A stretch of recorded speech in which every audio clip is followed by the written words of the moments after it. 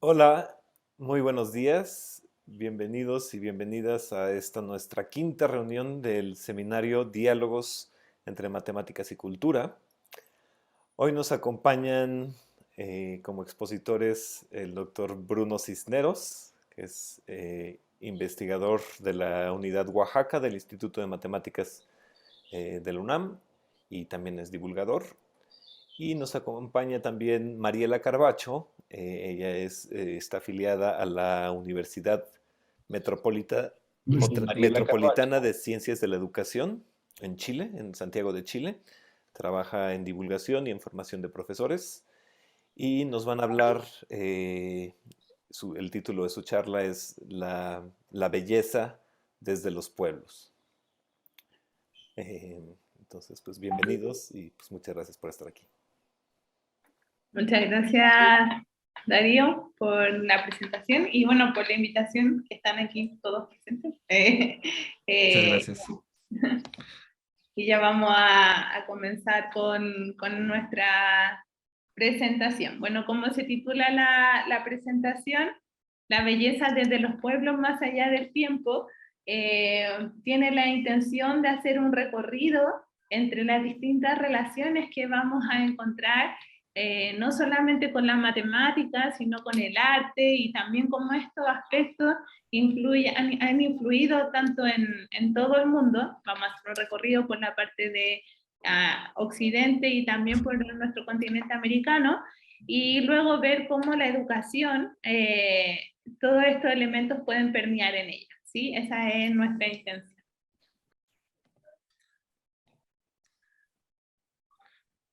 Bueno, también un especial agradecimiento a muchas personas que nos han ayudado a preparar esta charla. A Andrés Navas de la USACH, allá en Santiago, a Cristian Matzner, de arquitecto especialista en las obras de Gaudí, Daniela Soto, de matemática educativa de la USACH, Laura Enra, de artesana de recursos geométricos, Paola González Carvajal, arqueóloga especialista en diaguitas, ¿no? Roberto Márquez, de investigaciones estéticas de aquí de Oaxaca, y Sandra Sochi, de la Facultad de Arquitectura de la UNAM. Gran parte de la presentación se ensambló a partir de diálogos que hemos tenido, diálogos e interacciones que hemos tenido con ellos, ¿no? Así es, gracias Bruno por recordarlo. Bueno, vamos a empezar. La charla va a estar más o menos dividida en estos 5 tiempos. Vamos a empezar primero una parte con la parte matemática de lo que son las teselaciones, caleidoscopios, frisos y rosetas. Luego una parte de cómo aparecen este tipo de simetrías, de este tipo de decoraciones en Europa, África, Asia y Oceanía. Y luego en América. Luego vamos a ver cómo aparece en el arte y la arquitectura y finalmente vamos a terminar con la parte de cultura y educación en matemáticas. Bueno, una teselación, como muchos ya saben, pero para los que no sepan, consiste en considerar una especie de embaldosado del espacio, ¿no? Y cuando digo del espacio, puede ser del plano, del DR3, de una superficie, de algún espacio, ¿no? En particular, nosotros vamos a estar trabajando con embaldosados del plano, ¿vale? En este sentido, una teselación consiste en tomar una pieza fundamental y luego empezar a repetirla, empezar a moverla de tal manera, a repetirla de tal manera que rellene todo el espacio sin que deje huecos, ajá, y sin que haya traslapes, ¿vale? Entonces esto es lo que tiene que satisfacer una teselación. Por otra parte, un caleidoscopio es algo muy parecido a una teselación, pero en este caso el relleno del espacio se hace a través de un arreglo de espejos. Entonces se pone un arreglo de espejos y entonces se empieza a repetir una determinada imagen y rellena el espacio, ¿no? Por otra parte, los frisos tienen dos definiciones, ¿no? Dentro de la parte arquitectónica, es una franja horizontal que generalmente está entre el techo y lo que son las columnas, ¿no? Y es un decorado. Simplemente se pide que sea un decorado. Las piezas no tienen que ser las mismas, no se tienen que repetir, pero en la parte de matemáticas cambia en el sentido de que es una misma pieza que se va repitiendo indefinidamente, pero se tienen que seguir ciertas reglas en el sentido del decorado, ¿vale? Entonces, para poder entender cómo funcionan las matemáticas que hay detrás de esto, pues lo primero que necesitamos entender son las simetrías. ¿Qué queremos decir con simetrías? Entonces, una simetría, para pensar una simetría, primero tenemos que pensar en una transformación. Una transformación es exactamente eso que nos imaginamos, ¿no? Puede ser aparente o no, puede ser geométrica, física, energética, emocional. Me imagino que muchos de ustedes conocen la historia de la metamorfosis de Gregorio Samsa, ¿no? Gregorio Samsa se despierta una mañana y amanece hecho una cucaracha. Entonces, sufrió una transformación radical. Eso es una transformación. Sin embargo, para el alcance de la charla, nosotros nos vamos a restringir a transformaciones geométricas. Cuando tenemos una transformación geométrica, podemos tomar una figura y la podemos estirar, por ejemplo, la podemos rotar, la podemos trasladar, ¿no? La podemos trasladar, la podemos reflejar, y podemos hacer como varias transformaciones, la podemos deformar de distintas maneras. Entonces, lo que va a ser una simetría es una transformación, pero que deja invariante alguna propiedad, ¿vale? Eso es una simetría, una transformación que deja invariante alguna propiedad. Entonces, en particular, la métrica, por ejemplo, ¿no? Por ejemplo, la métrica. Dentro de todos los ejemplos que están aquí, eh, esta es la única transformación que no preserva la métrica. Aquí la rotación está preservando, las traslaciones, las reflexiones, trasladan. Entonces, para poder entender cómo funcionan o cómo se generan este tipo de simetrías, pues el secreto está en los espejos. El teorema de Cartan-Dieudonné nos dice que para un espacio n-dimensional, todas las isometrías están determinadas por la composición de a lo más n más 1 reflexiones. Es decir, toda simetría es una composición de reflexiones. Entonces, para clasificar las simetrías que tenemos en el plano, lo que necesitamos es fijarnos en las reflexiones en el plano. Una reflexión en el plano la podemos identificar a través de una línea.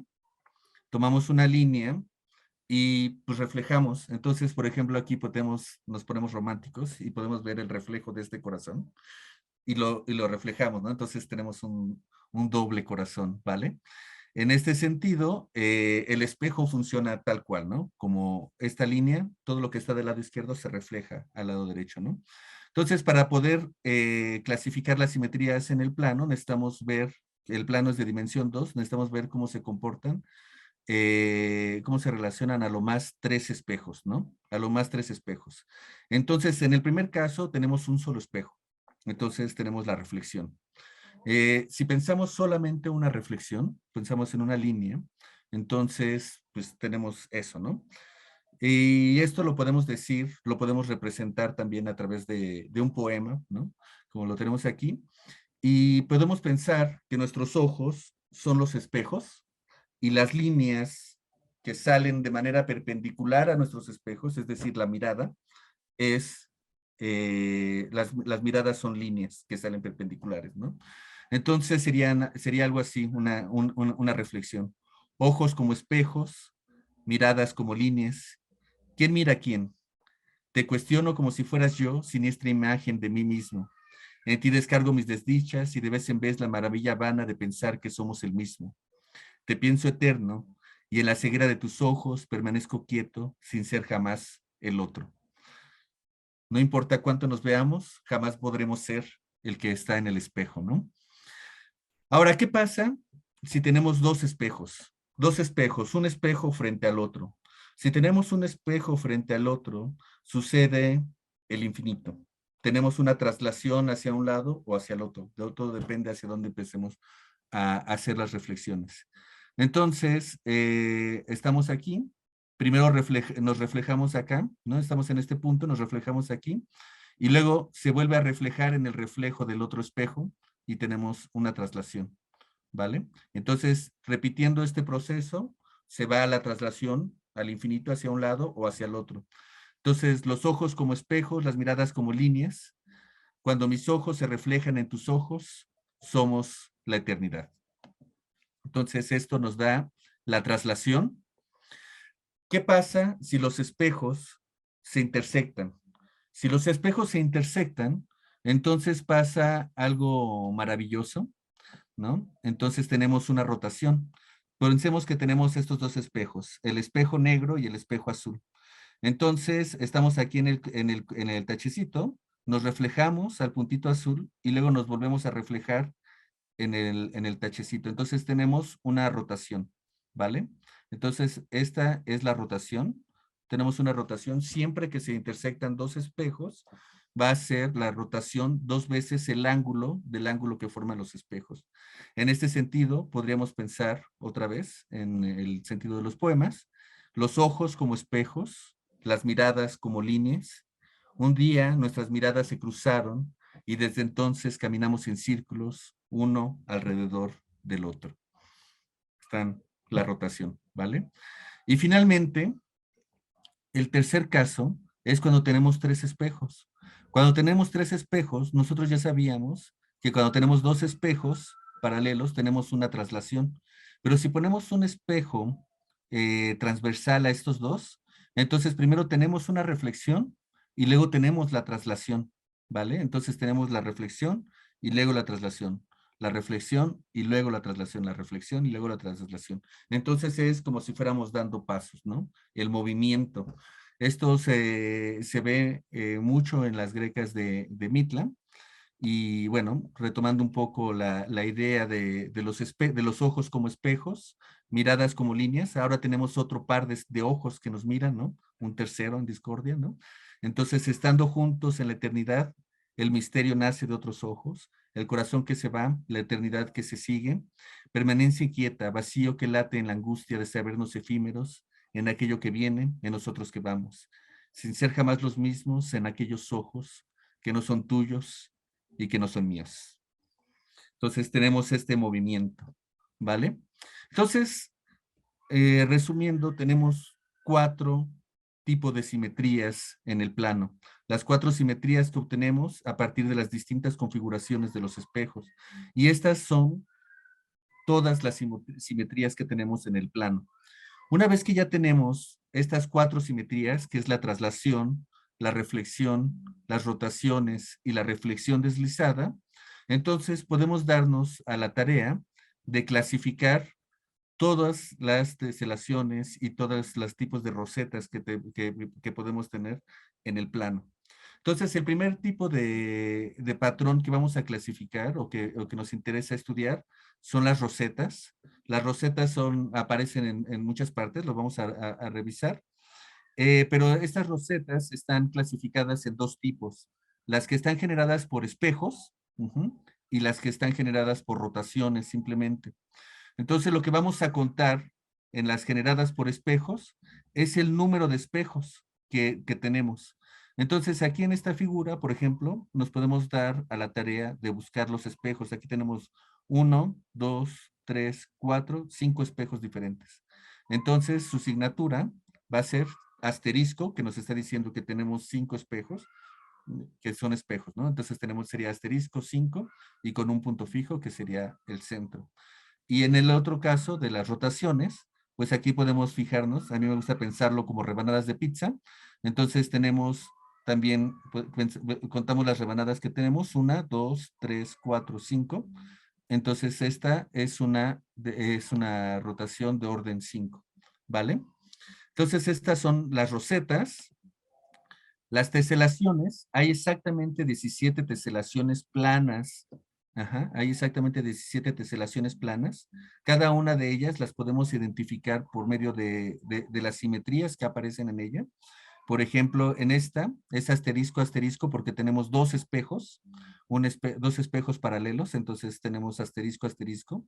En este encontramos primero todos los espejos y nos damos cuenta que en la pieza fundamental, encontramos la pieza fundamental, que es la parte fundamental del teselado, y nos damos cuenta que aquí se atraviesan 4 espejos, aquí se atraviesan 4 espejos y aquí solamente se atraviesan 2. Entonces esto es lo que nos va a dar la asignatura, ¿no? 4, 4, 2, ¿no? Entonces el chiste de esto es ir buscando las piezas fundamentales a través de las simetrías que tenemos, ¿vale? Entonces acá en este otro, igual nos ponemos a buscar los espejos, Entonces aquí ya que encontramos todos los espejos, encontramos que la pieza fundamental es este triangulito. Entonces aquí tenemos 3 espejos, aquí tenemos 2 espejos y aquí tenemos 6. Y bueno, este ejercicio lo podemos hacer para todos. Nada más explico este otro. Aquí tenemos 3 espejos, pero aquí tenemos un punto de rotación de orden 3. Y ya no tenemos más, ¿no? Todas las otras simetrías que tenemos son consecuencia de estas, ¿no? Entonces, en este caso sería 3. Lo que está antes del asterisco son los puntos de rotación. Y lo que está después del asterisco son los puntos espejo, ¿no? Que tenemos. Entonces, a partir de eso podemos clasificar todas las teselaciones que tenemos y tenemos exactamente 17 teselaciones y aquí las podemos ver ilustradas donde se están encontrando dónde están sus simetrías, ¿no? Para el caso de los frisos, solamente tenemos 7 tipos de frisos. El friso, que solamente consiste en traslaciones, ¿no? Entonces es como si fuéramos brincando en un solo pie, solamente son traslaciones. Este es el friso que consiste en rotar. Primero tengo el piecito, lo roto y luego me queda esta franjita y luego hago traslación. Y repito ese proceso, ¿no? Y con este proceso puedo obtener todo el friso. El 3 es reflejo. Entonces me queda esta franjita y luego traslado, ¿vale? Entonces esta es reflexión y traslación. La 4 es el infinito, ¿no? El infinito, son 2 espejos, ¿no? Entonces tenemos espejo, espejo, espejo, espejo, espejo. O sea, tenemos un montón de espejos. Ajá. Entonces está contenido en 2 espejos y es lo que se traslada hacia un lado y hacia el otro. Este otro es la reflexión deslizada, como ya le habíamos explicado, son los pasos que ya habíamos visto. Esta otra es reflejar y luego reflejamos otra vez la franjita, ¿vale? Entonces esta es reflexión horizontal y luego reflexión vertical. Y finalmente tenemos esta que es reflexión, reflejamos en esta primera parte y luego hacemos una reflexión deslizada. Y esto nos da la clasificación completa de lo que son las rosetas, las teselaciones y los frisos, que van a ser lo que vamos a estar describiendo a lo largo de esta charla. Adelante, Van.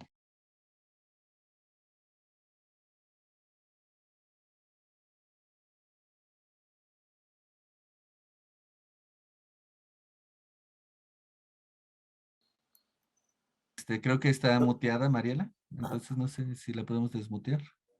Ahí sí, perfecto. Ahora sí. Bueno, lo que comentaba Bruno al respecto de estos grupos que aparecen en las teselaciones, en los frisos y en las rosetas, nosotros ahora durante esta charla se los vamos a ir mostrando y primeramente vamos a tratar de ver estas simetrías en Europa, en África, en Asia y en Oceanía, en algunos puntos de ahí, ¿sí? Nuestra cultura, si quiere avanzar la siguiente, Bruno, gracias. Nuestra cultura, de alguna manera, los propios lugares ancestrales, como por ejemplo este que estamos viendo del Antiguo Egipto, fueron ellos ilustrando sus saberes, ¿sí? Sus lugares. Y por ejemplo acá nosotros podemos ver cómo uno de los patrones que se está formando, que puede ser el que se ve ahí en el medio, se va haciendo con unas ciertas repeticiones y entonces aparece uno de estos grupos cristalográficos que fue de los que estaba conversando Bruno al inicio. Pueden seguir la siguiente. Acá estamos viendo una caja de madera grabada en Noruega, en donde también podemos identificar una unidad. Vemos que hay un reflejo entre medio, lo podemos identificar como uno de estos grupos de frisos, ¿sí? En donde se veían los piecitos, entonces estamos haciendo la reflexión y luego vamos avanzando 2 a 2 y tenemos otro de estas ejemplificaciones, cómo aparecen en la cultura. Acá estamos viendo un patrón que es de un ladrillo esmaltado que está en Susa, que esto es en Irán, que lo usaban como decoración, ¿sí? Ornamentos decorativos, entonces donde uno también aparece y ve cómo estos grupos de aquí frisos también están en juego. Acá vemos otro motivo, que este es el borde de una alfombra. Obviamente aquí se están viendo en dos patrones de colores. Se ve cómo se juega con la rotación en este caso ahí, y aparece esta rosita que está de color blanco, cambian los colores y hacemos traslaciones hacia el lado, y entonces vemos otro de los grupos de friso. Todo el arte islámico, ¿sí? Ellos no podían usar figuras humanas. Entonces utilizaban estas figuras geométricas para poder hacer notar su arte, hacer notar sus expresiones culturales. Entonces, por ejemplo, un cuadrado denotaba los 4 puntos cardinales, este hexágono que está aquí en color verde se refería a lo celestial, al mundo divino. El triángulo se relacionaba con el ritual basmala, ¿sí? Que se habla en el nombre del Dios, el clemente y el misericordioso, por eso tenía que ver con eso. Y este pentágono que está acá representaba al hombre. Si puede avanzar la siguiente. Entonces, el arte islámico aparece en muchos lugares que nosotros podemos encontrar. Bruno, ¿me ayudas con la siguiente? Por ejemplo, la Alhambra, ¿ya? Entonces aquí nosotros estamos viendo una representación de estas figuras que estamos conversando. Acá vemos cómo aparece una de las rosetas que señaló, pero está en combinación con otros de los grupos, en donde uno empieza a ver cómo se va formando este patrón, y esa es una de las cosas que nosotros al final de esta charla vamos a comentar, cómo podemos sacar provecho a este arte y a esta cultura que nos entregan aquí cada uno de estos lugares de las partes del mundo. ¿Podemos avanzar a la siguiente? Aquí ahora también vemos uno de los murales de friso, que está aquí un mosaico que es arábico.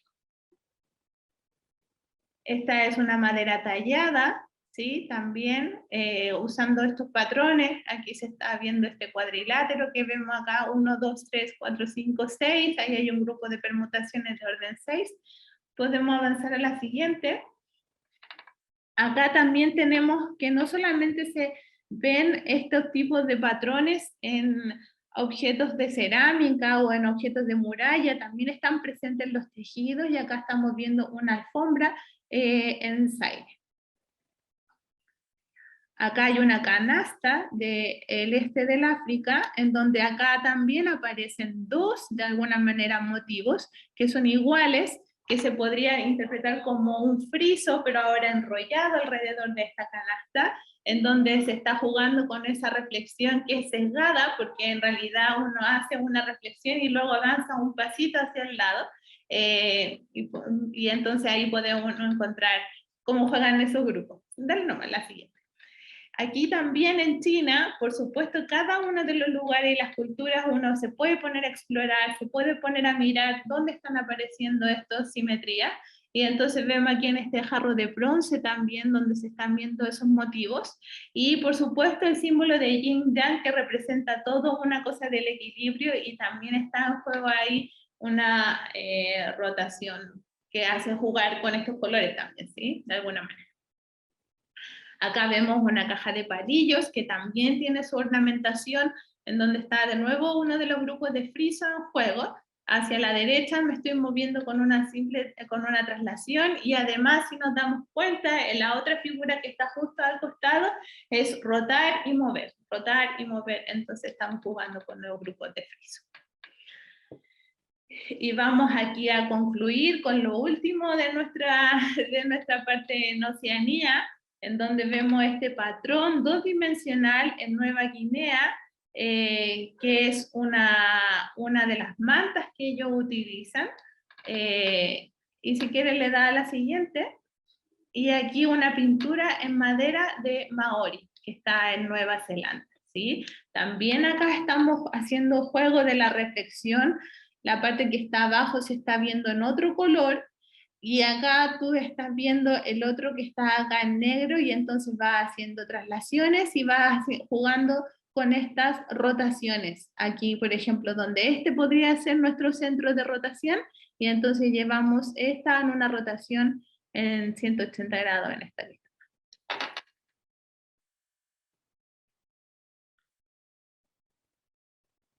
Creo que Bruno se silenció, tienes que, no sé si parece que No, sigue. adelante, adelante. Bueno, ahora entonces vamos a partir con la simetría en América, ya se me había olvidado que esta parte, también darle nomás avance. Entonces, vamos a comentar primero un inicio de algunas también otras de las obras que aquí se pueden ver, que estos son diseños de cerámica de tradición en Mississippi, y aquí como está representando esta figura, estas dos flechas están representando tus traslaciones, entonces estás viendo traslaciones en dos sentidos diferentes. En matemática nosotros le llamamos a esto linealmente independiente, ¿sí? Y eso es lo que nos da la clave de poder hablar de los grupos de cristalográfico y nuestros 17 grupos que aparecen, ¿ya? Y aquí entonces aquí continuamos, dale nomás.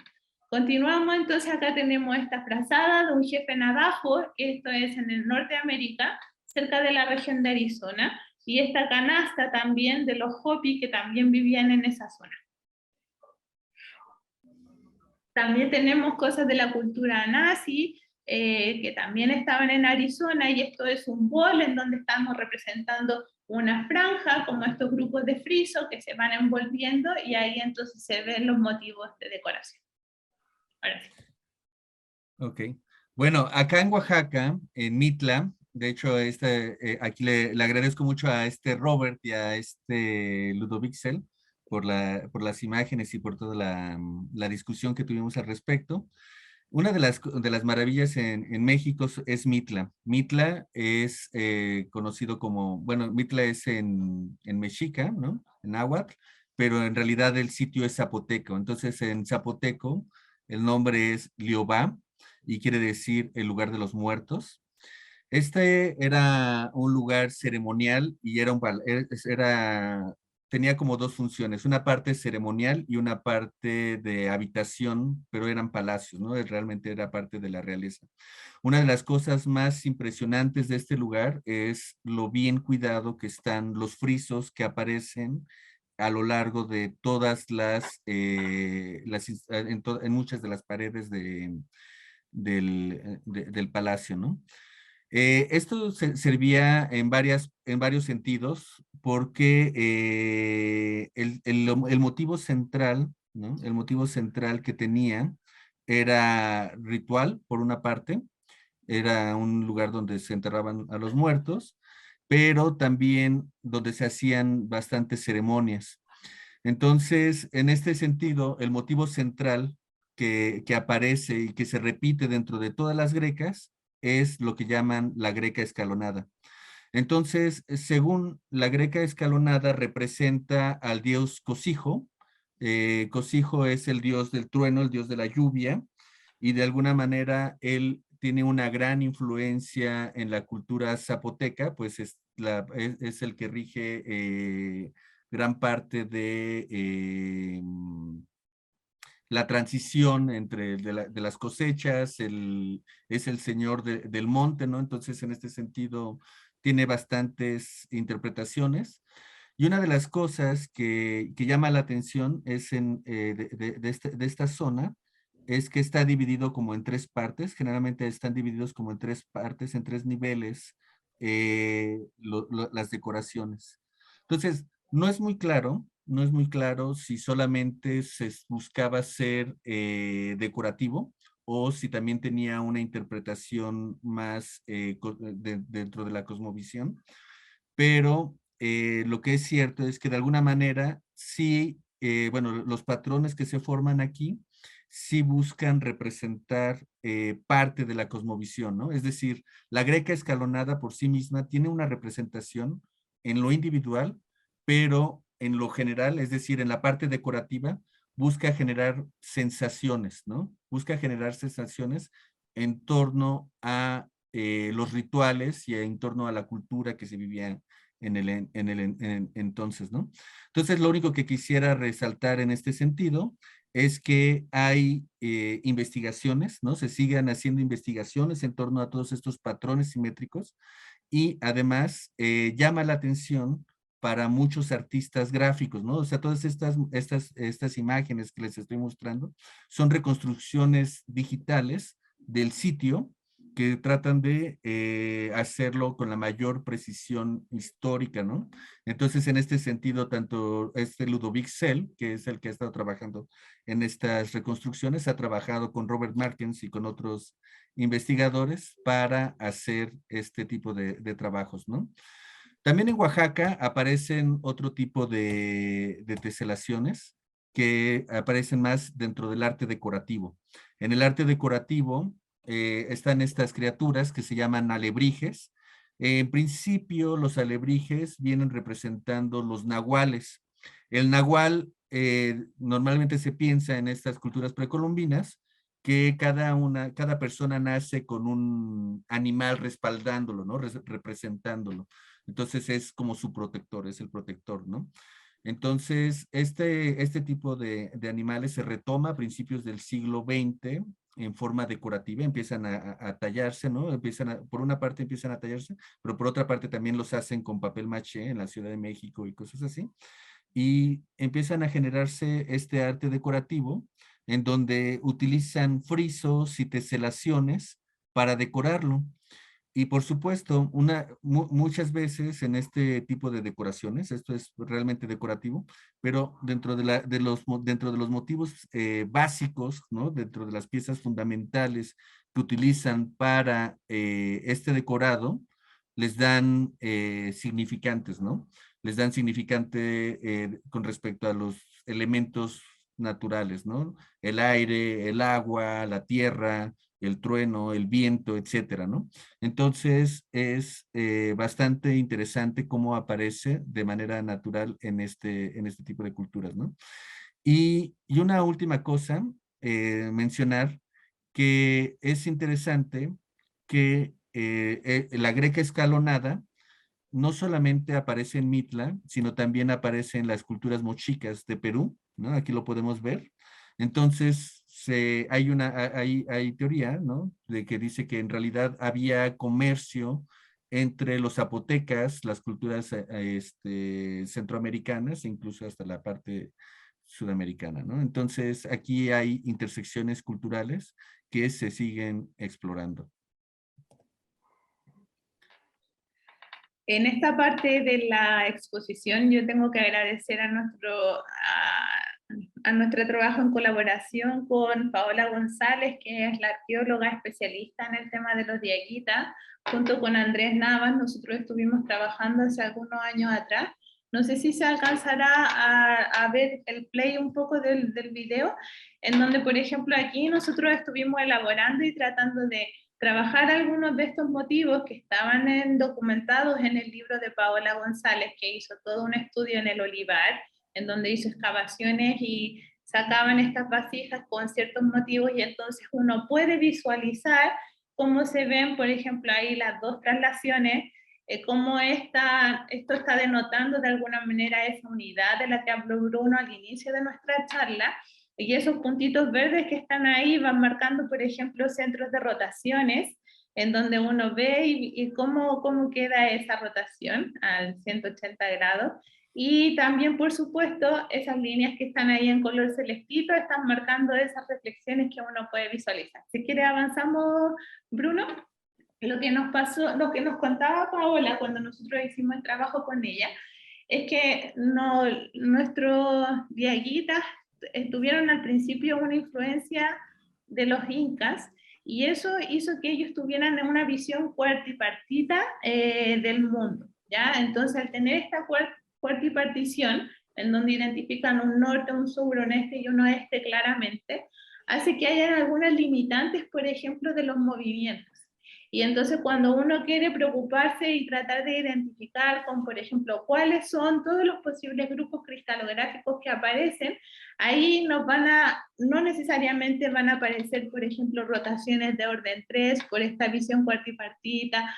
Por supuesto, también aquí hay una influencia de los colores, en donde uno ve que está el rojo presente, y ese rojo nos indicaba que eran los incas que invadieron. Y al principio, cuando se veían las vasijas preincaicas, eran solamente uso de colores negro y blanco, no había uso de color rojo. Y también otra cosa interesante es que estas vasijas se colocaban cuando se cuando ya las personas estaban muertas y se llevaban a sus tumbas, en sus tumbas se colocaban estas vasijas. Entonces, por ejemplo, todavía hay como investigaciones abiertas si habrá alguna relación entre los diseños de las vasijas que aparecían. Nosotros con Andrés estuvimos haciendo una clasificación y aquí mostramos los nombres que están puestos son los nombres que se usan en la otra anotación. Al principio Bruno nos mostró la anotación en donde vemos los órdenes de los dibujos. Entonces aquí, por ejemplo, el 2 también está representando una permutación de orden 2, o sea, perdón, una rotación de orden 2 que está ahí en juego justamente en donde está el centrecito de las dos posibles líneas. Y acá, por ejemplo, el M representa un mirror de espejo, que son los mismos espejos que uno los podía ver con la estrellita. Y el C, que es como la unidad celular o no celular con respecto al P, ¿sí? Y esas son las 8, por ejemplo, que nosotros encontramos con los dibujos que hemos podido ver del trabajo de Paola, ¿ya? Esto es un trabajo más o menos abierto, porque en realidad no sabemos en una nueva exploración cuáles son los objetos que van a aparecer, si llegarán a aparecer algunos o no nuevos, porque aquí son 8 en total de 17. Sabemos que de orden 3 no van a aparecer, de orden 6 tampoco, entonces ahí eso es una cosa que está ahí en investigación y que la queríamos comentar el día de hoy.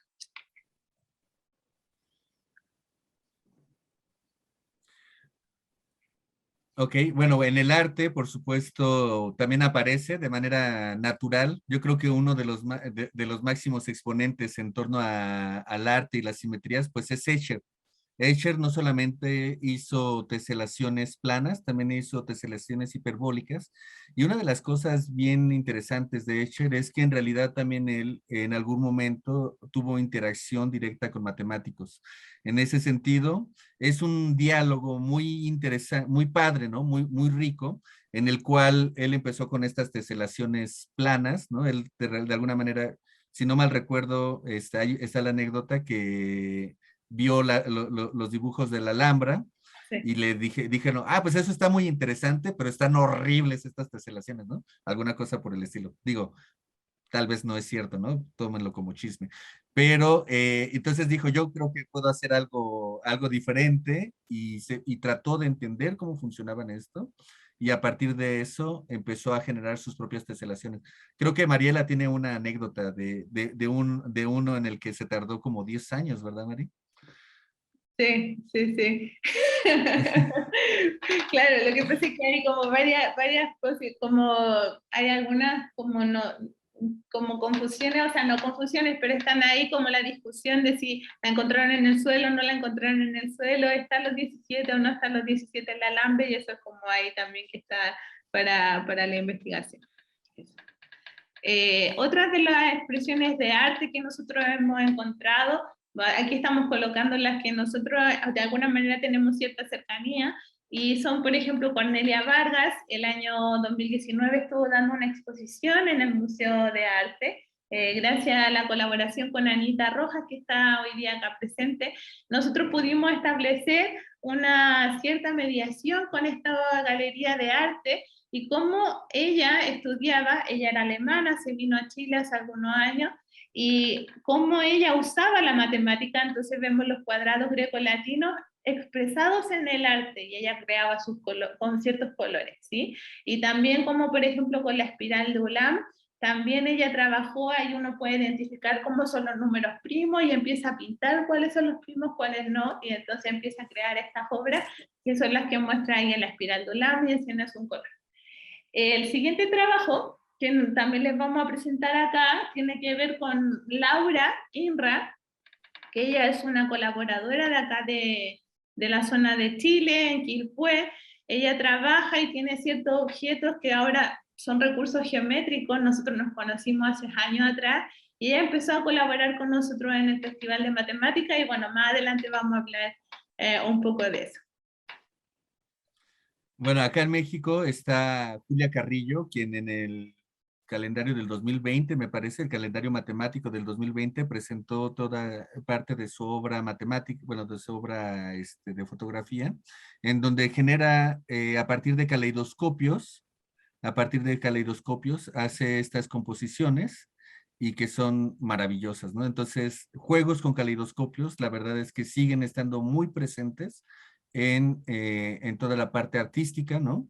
Entonces está el trabajo de Julia Carrillo, donde hace juegos con caleidoscopios, y por supuesto en el Universum, el trabajo de Javier Bracho, en donde también hace algunos caleidoscopios para generar poliedros, ¿no? Y de manera, en San Francisco están estas obras que son maravillosas, en donde generan, a través de poliedros, generan lámparas, ¿no? Entonces se hacen juegos de proyecciones, ¿no? Donde toman a los poliedros, decoran cada una de las caras y ponen esta luz en el interior, y pues no solamente es el poliedro, la lámpara que es preciosa, sino también decora toda la habitación, ¿no? A partir de las proyecciones. Entonces aquí pues hay otra relación muy rica entre las simetrías y el arte. Y de este proyecto me gustaría decir otra cosa interesante, que ellos realmente están orientados a las matemáticas, en el sentido de que trabajan de manera cercana con, hacen experimentaciones matemáticas, y no solamente hacen la parte artística, sino que también impulsan un proyecto de educación en torno a las matemáticas y el arte, ¿no? Entonces aquí, ahí pueden ver más sobre. Ahí está. Otra de las cosas que les queríamos mostrar el día de hoy tiene que ver con cómo está presente esta simetría en la arquitectura. En este caso yo estoy aquí mostrando ciertas conversaciones que nosotros estuvimos hace años atrás con Christian Matzner, que es arquitecto, y él es especialista en la obra de Gaudí. ¿Sí? Él es uno de los que está muy enterado de la Sagrada Familia, y aquí hacemos un comparativo de cómo aparecen ciertos objetos matemáticos presentes en las obras de Gaudí, por ejemplo el hiperboloide ahí en el lucenario en el cielo, en la Basílica de la Sagrada Familia, o ahí en el Park Güell, como están los paraboloides hiperbólicos o los helicoides, las distintas escaleras, porque esas no solamente en la Sagrada Familia, casi cuando uno ha tenido la oportunidad de estar en Barcelona, uno se va dando cuenta cómo van apareciendo esas distintas obras. ¿Ya? Y tiene que ver con las superficies arregladas.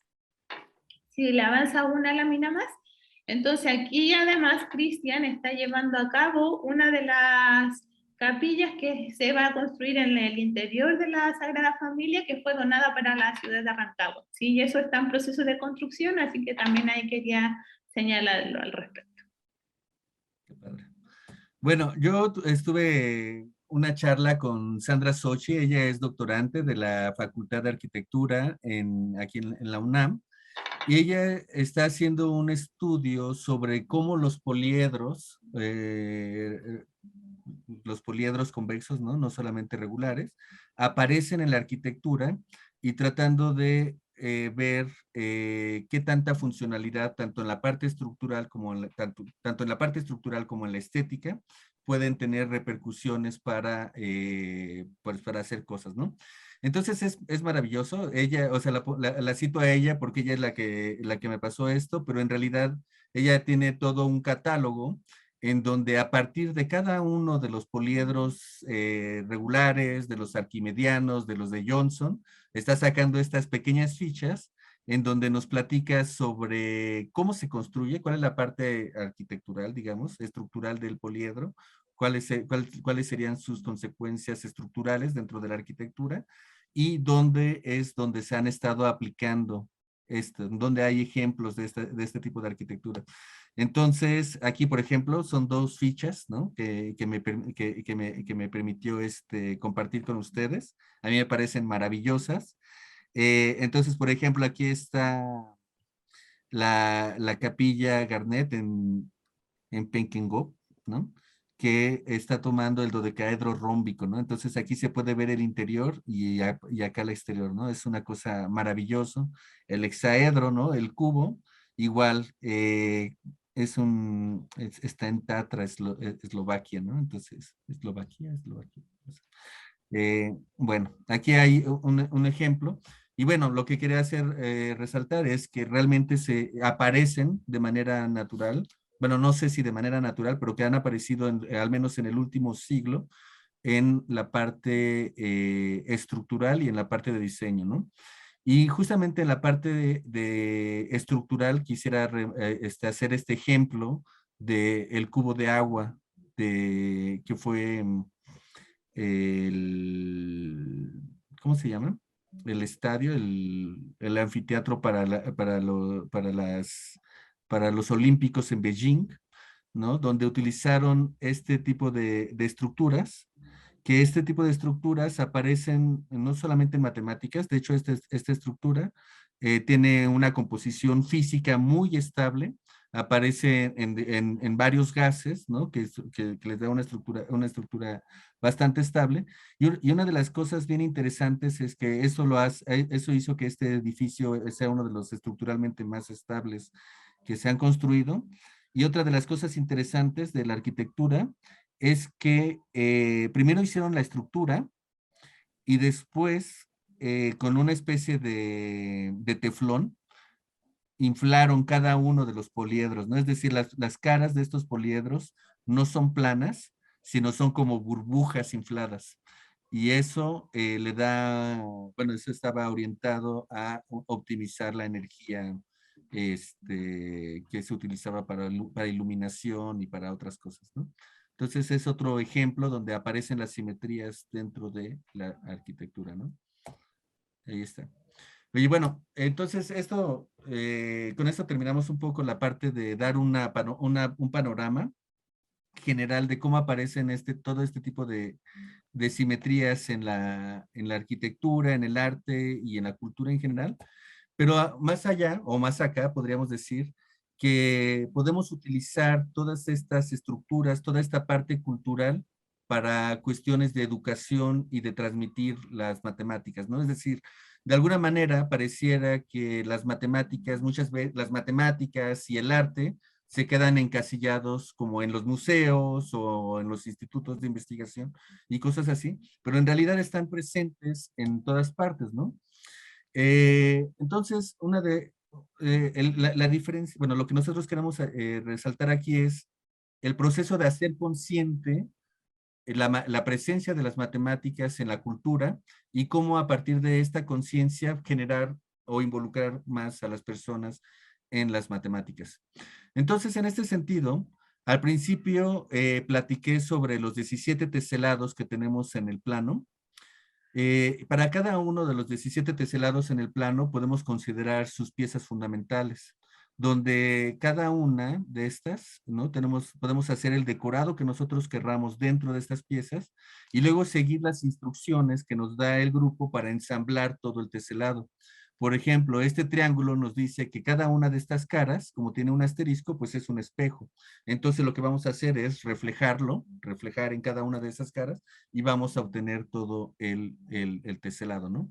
Lo mismo aquí nos dice, ¿no? Este también es un caleidoscopio, ¿no? En el sentido de que vamos reflejando en cada uno de los lados. En este otro caso, los puntos nos dicen rotaciones, entonces tenemos esta pieza, rotamos la pieza y entonces vamos generando la rotación, ¿no? Aquí en este otro punto es una rotación de orden 4, ¿no? Entonces vamos rotando 4 veces y vamos obteniendo las piezas. Entonces, esto lo podemos hacer con un acetato, ¿no? Algún acetato, nosotros decoramos, luego lo recortamos y obtenemos una especie de geoser, ¿no? Entonces, al hacer esto, pues tenemos una actividad a través de la cual, pues cualquiera o quien quiera puede realizar su teselado, ¿no? Esto lo hemos implementado con chicos desde primaria, secundaria, bachillerato, y pues la verdad es que siempre ha sido como una maravilla, en el sentido de que cada uno de ellos genera su teselado y muchas veces incluso decoran sus playeras o decoran sus cajas, ¿no? Decoran lo que quieran hacer, ¿no? Entonces, esta es una primera aproximación de lo que hemos hecho para acercar este tipo de simetrías, este tipo de entrelazar la cultura, ¿no? Con los teselados. En la parte de los poliedros, en el 2018, también hicimos lo que fue el Festival Cuántico con Micho Durdevich, aquí en Oaxaca. Entonces, aquí, de hecho, nosotros formamos nuestros caleidoscopios, sabiendo los ángulos que teníamos que hacer. Entonces, por una parte, hicimos los poliedros, proyecciones de poliedros en 4 dimensiones, ¿no? Y podríamos ver cómo se veían representados aquí a través de sus sombras, ¿no? Siempre las proyecciones. Y otro caleidoscopio en donde podemos ver que en realidad tenemos un dodecaedro, ¿no? Aquí podemos ver un pentágono, otra cara del pentágono y otra cara del pentágono, ¿no? Entonces, este tipo de cosas, pues siempre es maravilloso, ¿no? Hemos trabajado con algunos artistas gráficos, ¿no? En donde ellos mismos generan sus obras, ¿no? Y hacen, pues, algunas exposiciones en torno a esto. Y bueno, pues aquí más caleidoscopios. Los caleidoscopios siempre son como fascinantes, ¿no? Los caleidoscopios además tienen esta ventaja de que si uno los hace móviles, ¿no? Podemos tener este tipo de videos, ¿no? Podemos hacer como animaciones. Y en Chile venden estos caleidoscopios que tienen al final una bola, una esfera de cristal que nos permite, pues, como que sea como poder captar mayor parte del espectro, ¿no? Pero una de las cosas interesantes es que si lo ves al revés, entonces puedes recuperar una teselación del espacio hiperbólico, ¿no? Entonces, este tipo de cosas también siempre son una maravilla, ¿no? Y por supuesto, la relación con los artesanos, ¿no? Este es Arturo. Él es un artesano de San Miguel Etla. Él trabaja haciendo estructuras de carrizo, hace muñecos de carrizo, cosas así. Entonces con él hicimos que le llamamos el diamante oaxaqueño, que sería la versión del octaedro, pero en la 4ª dimensión, ¿no?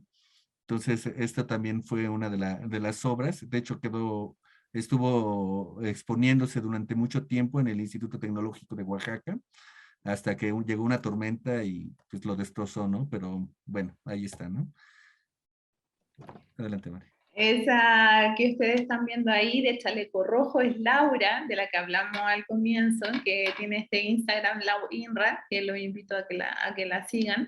Yo la conocí a ella en un taller donde ella estaba haciendo algunas cosas con unas piedras chiquititas, como casi piedras preciosas, pero que en realidad hacía distintos objetos de arte, ¿sí? Ella hacía como cosas, ya sea aretes o distintos objetos así, y yo me di cuenta que su técnica y su forma de hacer las cosas podían hacernos construir, por ejemplo, poliedros.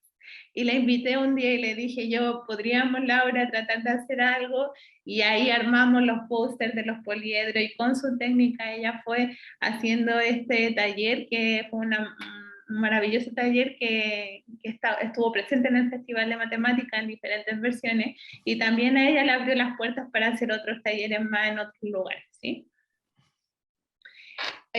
Distintas de las experiencias que muestra el trabajo, por ejemplo, de estudiar el tema de la simetría de los diaguitas.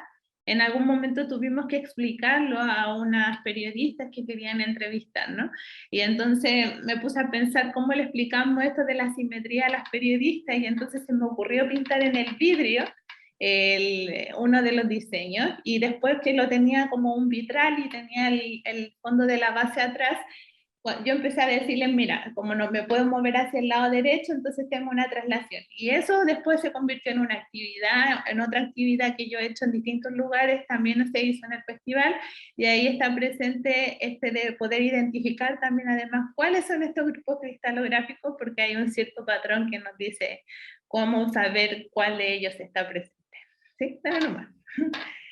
En algún momento también uno puede implementar, bueno, esto de las cúpulas no es algo que se me haya ocurrido a mí, sino que está presente, son de todos, son de todas las cúpulas. De hecho, Beatriz estaba antes contándonos el tema de las cúpulas ya en Morelos, cuando hicieron ellos los eventos. Y también, por ejemplo, estas superficies minimales que uno puede tener ahí presente, y dar como motivaciones iniciales. Sí, lo que decía Bruno es súper interesante al comienzo. Nosotros tenemos un montón de recursos, tenemos un montón de cosas ahí a la mano para poder utilizarlas como una actividad que no solamente sea una actividad lúdica, sino que además se convierta en una actividad educativa, ¿sí? Porque es una motivación inicial para yo después empezar a pensar, una vez que tengo la cúpula ahí construida. Oh, mira, tiene ciertas simetrías, tiene ciertos reflejos. ¿Por qué lo puedo hacer de esta forma? ¿Por qué si pongo un pentágono se curva un poco más? Entonces, son distintas nociones y motivaciones que uno puede usar para la educación, ¿sí? Entonces, nosotros hoy día estamos mostrando algunos ejemplos de lo que se puede hacer. Con mis estudiantes, yo acá en la universidad, los invito a ver, por ejemplo, cómo está la geometría presente en el arte, y este fue un trabajo que ellos elaboraron, que nosotros tuvimos la posibilidad de tener una mediación con el Museo de la Memoria y los Derechos Humanos. En ese museo se expuso estos dibujos, que son dibujos hechos por presos en el periodo de la dictadura militar acá en Chile, y entonces esos dibujos fueron la motivación para mis estudiantes a aplicar los conceptos de geometría que nosotros estudiamos en el curso, ¿sí? Y ellos hicieron una infografía que también ahí después podemos compartir dónde están esas infografías presentes. Y para terminar, aquí hay algunos de los trabajos recientes, también como mostraba la investigación que hizo la colega Sandra, ¿no? Sí, la Sandra, arquitecta. sí. Sí. Yo también invito a los estudiantes a que ellos con los poliedros empiecen a buscar en dónde están presentes. Por ejemplo, el de la izquierda es uno que hicieron cuando fue el tiempo del COVID. Acá a la derecha tenemos una proyección estereográfica del dodecaedro que los estudiantes lo van haciendo en GeoGebra. Y aquí, por ejemplo, hay algunas, que este es el trabajo reciente de este año, teselaciones en el espacio, ¿sí? Entonces, ¿cómo uno puede empezar con estas cosas simples a invitarlos a ellos a que descubran de otra manera todas las cosas que tenemos presentes en nuestra cultura? Bueno, dentro de la parte de arquitectura, también Sandra Sochi, ella también trabaja con sus alumnos de arquitectura para generar los frisos. Entonces, primero ella les da las reglas distintas, ¿no? Las reglas que ya explicamos más o menos para generar los frisos, y entonces les da la libertad de que ellos generen sus frisos, ¿no? Y aquí hay algunos de los resultados que ellos han obtenido. Como se podrán dar cuenta, en arquitectura hacen cosas maravillosas. Está padrísimo, ¿no? Y aparte que de alguna manera aparecen en la actualidad, ¿no? Siguen siendo elementos decorativos importantes dentro de la arquitectura, ¿no? Y sobre todo que este tipo de simetrías y de enseñanzas siguen permeando y siguen siendo útiles en la sociedad, ¿no? Sí, y bueno, yo aquí les quiero mostrar el trabajo de Daniela Soto, que es colega de la USACH, donde ella ha ido a trabajar con una comunidad del sur de Chile, que es una comunidad mapuche. Estableció, conjunto a su equipo, 6 videos donde esta ovejita que se llama Ufisa empieza a entender cómo la matemática tiene que ver con el tejido y cómo la cosmovisión mapuche le entrega ciertas herramientas para poder hacer estos tejidos. Entonces yo los invito también a que puedan ver estos capítulos de UFISA, y el tejido y la matemática, y ese es el trabajo que ha hecho Daniela. Y también recientemente escribió este libro, se lanzó este libro que es Cosmovisión Mapuche y el mundo de las gráficas, y ahí también explica cómo esta cosmovisión mapuche entiende y se puede utilizar para poder tener esta enseñanza de las matemáticas, estas concepciones diferentes que uno, por ejemplo, a veces considera muy de Oriente algunas ideas, pero hay otras ideas que nosotros las tenemos acá, y es de alguna manera esa enseñanza que ella nos trata de hacer de la construcción social del conocimiento matemático, ¿sí? Bueno, pues llegamos a la parte de las conclusiones. Entonces, nosotros queremos mostrar pues toda esta parte, ¿no?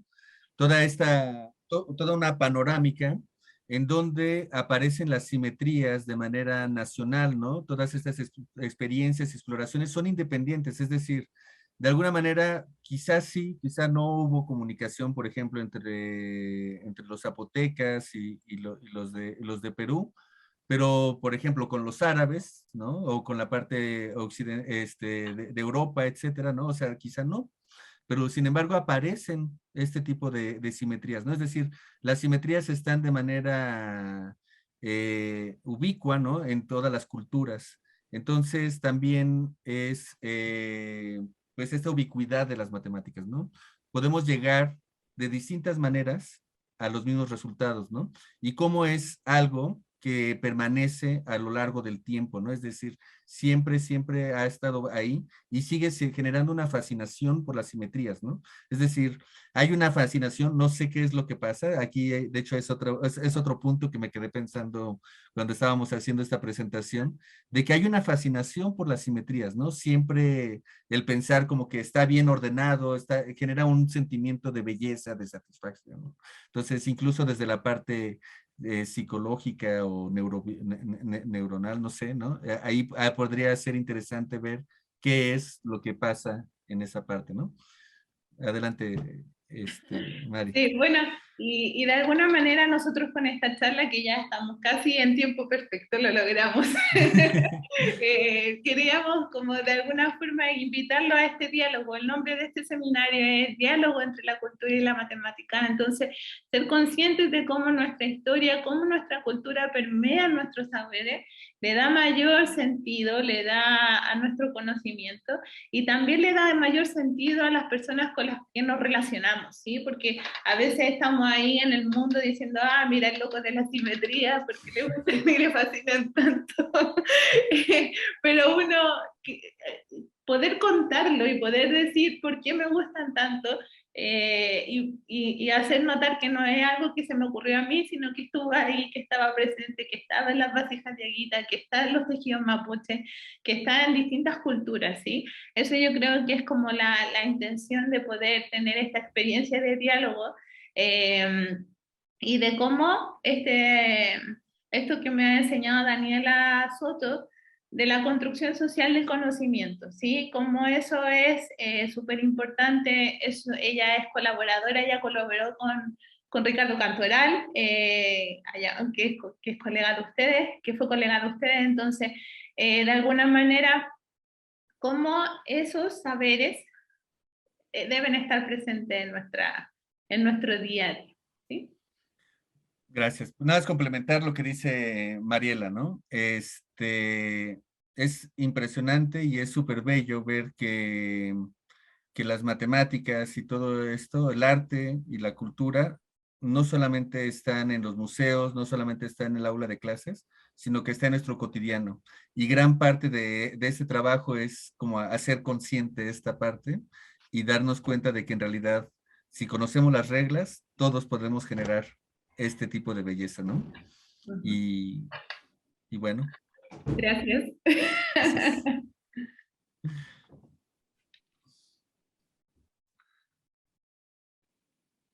Muchas gracias por su charla. Quisiera agradecer